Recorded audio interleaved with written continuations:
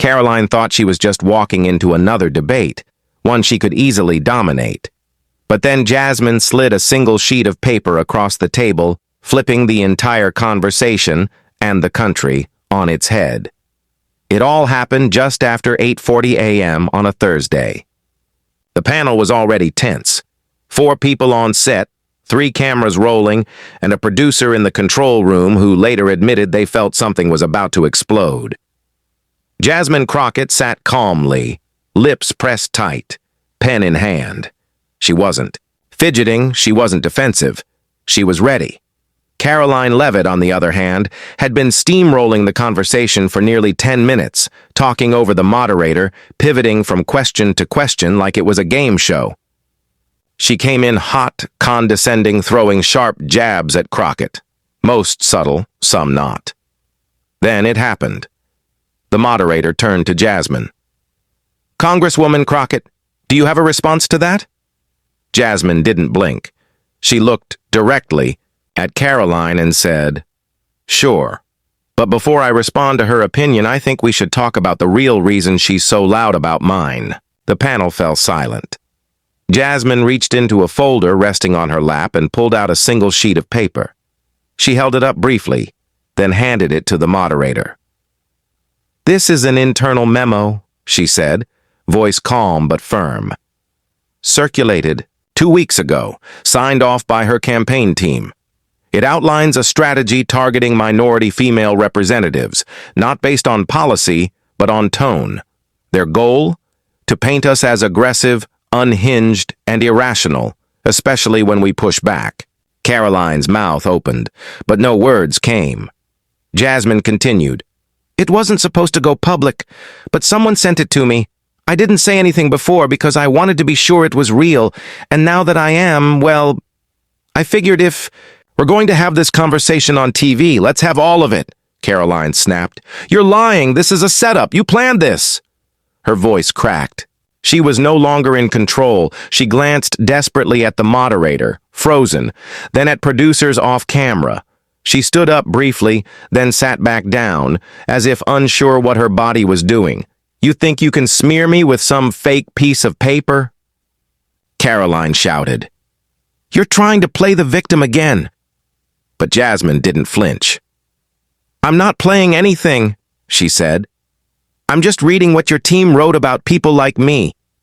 And if that makes you uncomfortable, maybe you should ask why it was written in the first place." Chaos erupted.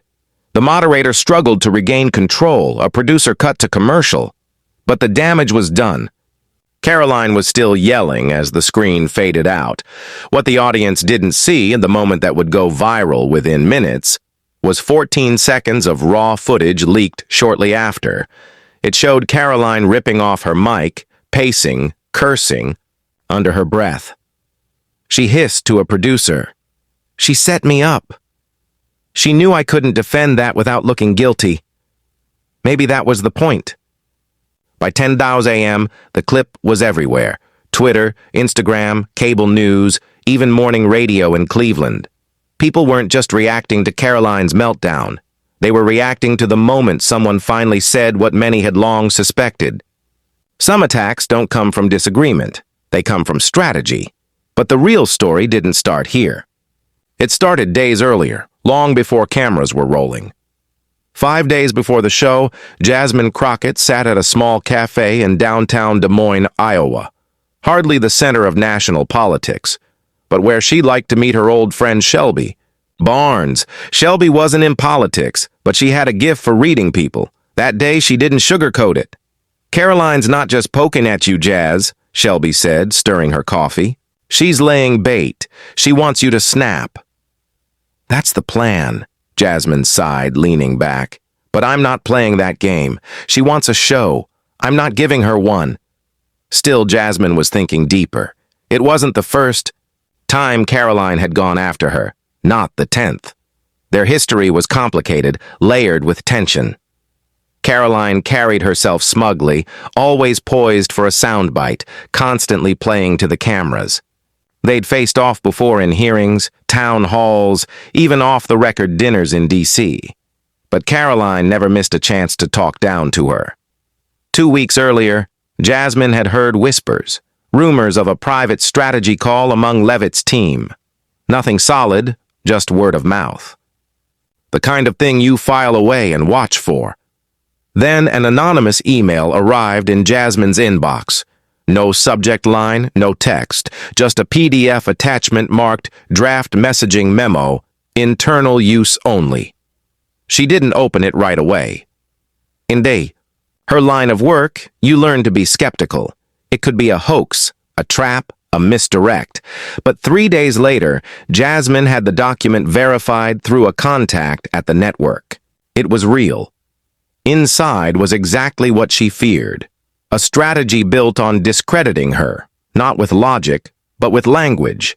It described targeting Crockett and others like her with coded attacks designed to trigger certain emotional reactions, then framing those reactions as unprofessional. Let them lose their cool, one line read, and the audience will fill in the rest. Jasmine didn't show it to anyone, not even her chief of staff. She just read it over and over until the words felt like venom soaking through her skin. But what bothered her most wasn't the memo itself. It was the cold, calculated tone behind it. It wasn't just politics. It was personal. And it wasn't just about her. It was about anyone who looked or sounded like her. Any woman told she was too loud, too emotional, or too angry. That was the real play. By Sunday night, Jasmine had made a decision. If Karoline wanted to play this game on live, TV fine. But the rules would be different this time. Jasmine wouldn't raise her voice. She wouldn't get baited. She would stay grounded, speak facts, and let the truth scream. Her team didn't know the whole plan. She told them she'd handle the panel alone. "Trust me," she said calmly. "I've got this." By Monday, the media buzz was already building.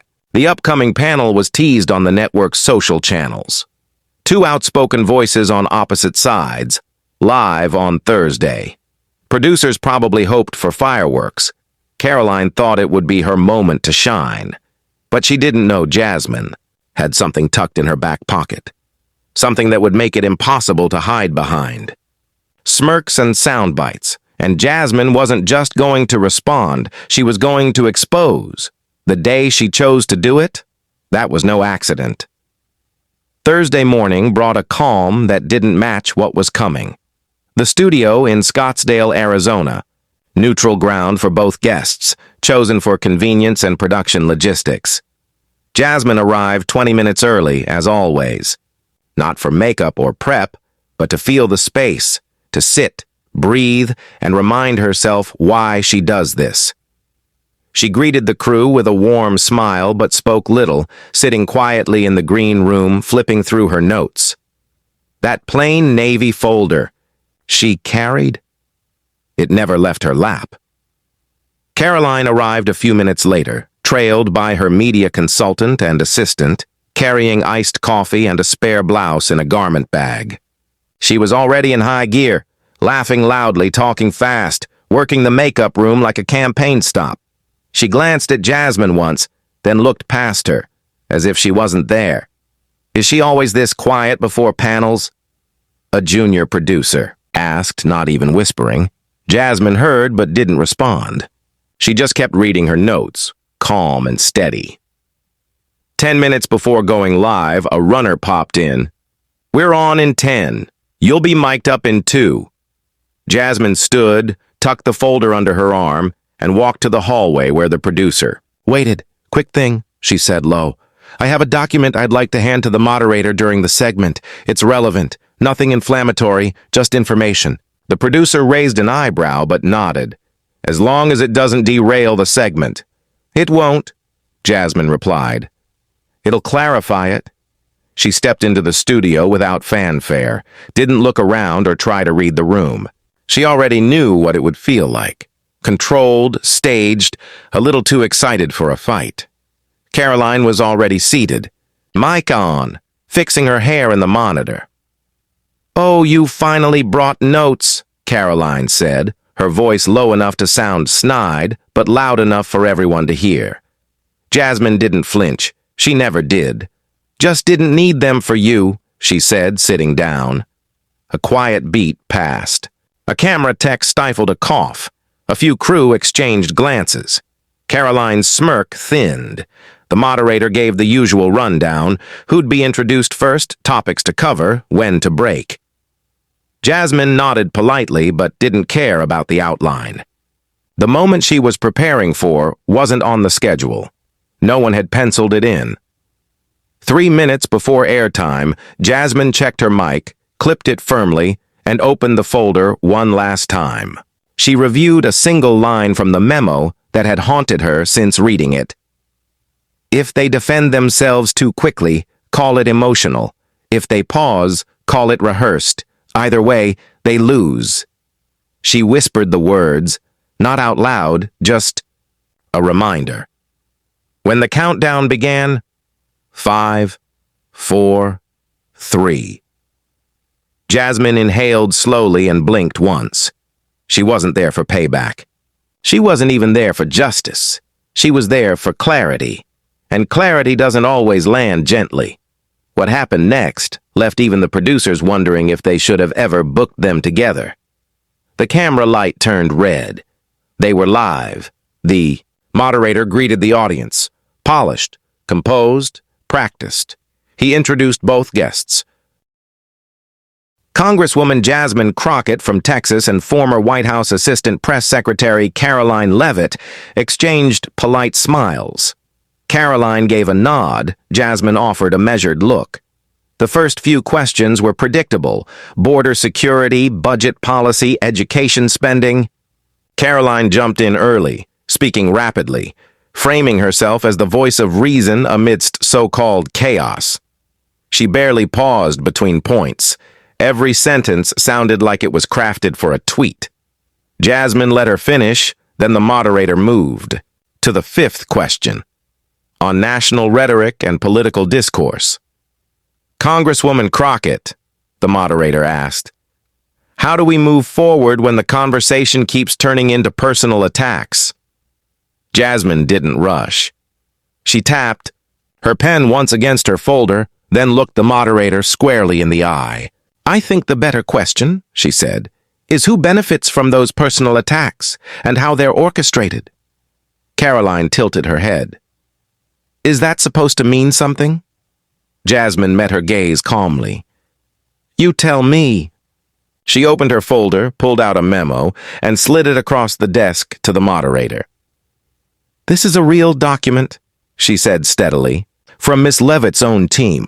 A strategy paper focused on discrediting women in Congress, especially black women, not by debating ideas but by attacking personality. It suggests provoking us, then framing our reactions as weakness." Karoline blinked, caught off guard, and let out a short, bitter laugh. "This is nonsense. It's fake." Jasmine didn't argue. "You can read it for yourself. It's dated, signed, and reviewed internally by 2 senior members of her media team. It names me and 2 other representatives, labels us as too reactive, easy to spin, and emotionally unstable when cornered." The moderator glanced at the document, brow furrowed. "I didn't come here to perform," Jasmine said. "I came here to ask why this kind of political playbook is acceptable. Why does this pass for strategy? Why do we call people emotional instead of asking why they're reacting in the first place?" Karoline leaned forward, voice rising. "This is exactly what you people do. Make everything about race, about gender. You don't have facts, so you cry victim on cue. It's pathetic." The studio tensed. Jasmine didn't flinch. "I'm not crying," she said. "I'm stating facts. You're proving my point for me." Karoline snapped. "You set this up. You planned it. You knew this would go viral. You don't care about truth. You care about headlines." Jasmine raised an eyebrow. "You're angry because the headlines are yours now." Karoline stood up. The producers in the control room scrambled. One motioned to cut the feed. Another shook their head. This was gold for ratings. The moderator tried to redirect, but Karoline kept going. "You ambushed me with fake documents. You want to make it about identity because you can't handle a real debate." Jasmine leaned forward slightly, voice steady. Real debates require honesty. If you want to win on ideas, stop hiding behind manipulation. At that moment, the panel broke down. The moderator called for a commercial break, but the cameras kept rolling, longer than they should have. That extra footage made it online within 30 minutes. Karoline yanked off her mic, threw it on the floor, muttering something about, "This always happens when you let them talk too long." The word "them" hit like a match to dry grass. Within an hour, hashtags were trending. Jasmine Crockett called it. Shouted Karoline cracked out. The memo Twitter exploded. So did YouTube. People pulled up screenshots, zoomed into the memo as it aired, started connecting dots. Journalists began digging.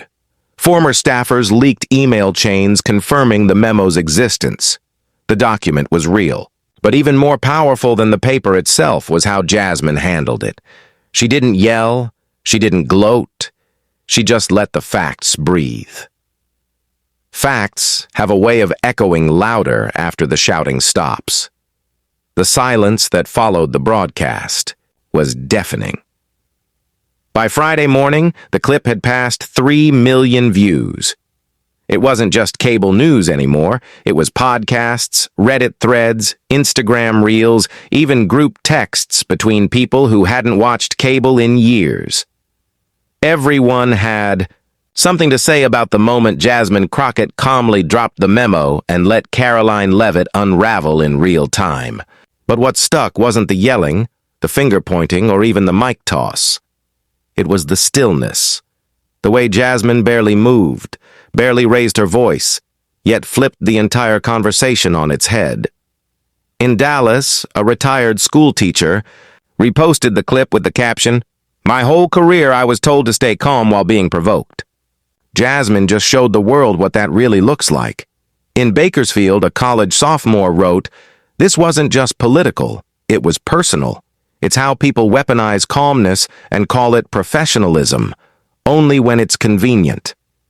In Lansing, a campaign strategist for another rising congressional candidate admitted privately to a reporter that memo variations like this exist everywhere. What was different was that Crockett didn't just expose a strategy, she exposed the silence around it. Karoline's camp scrambled to respond. First, a shaky PR statement late Thursday night called the document inauthentic and part of a coordinated smear campaign. But by Friday afternoon, 2 former campaign aides came forward confirming its authenticity. One even admitted the phrase emotionally unstable when cornered was used in staff meetings. That blew the door wide open. News anchors began asking harder questions. Who else uses these tactics? How long have campaigns leaned on personal attacks disguised as messaging strategies? And why did it take someone like Jasmine Crockett, measured, prepared, unapologetically direct, to break the pattern? Karoline vanished from public view for 72 hours. No press appearances, no social media posts.